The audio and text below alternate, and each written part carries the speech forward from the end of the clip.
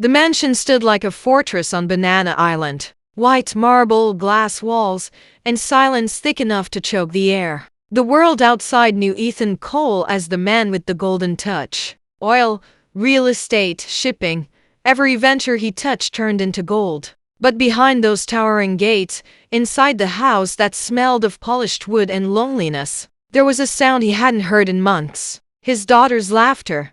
Maya Cole, just 8 years old, sat by the window in her wheelchair. Her legs, once full of energy and dance, now hung lifeless. The sunlight danced across her pale cheeks. But her eyes were dull.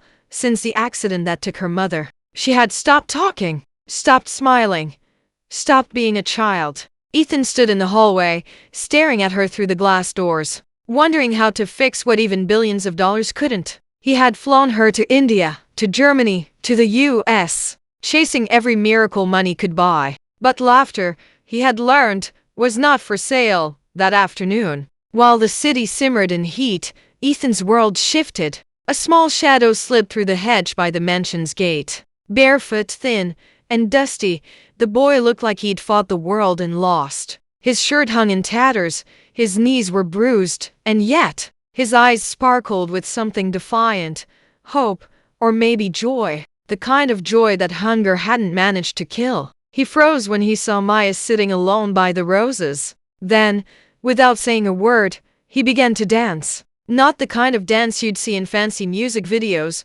no. His movements were silly, exaggerated, wild. He spun, tripped, and caught himself dramatically. He made faces so ridiculous that even the butterflies seemed to pause midair to watch.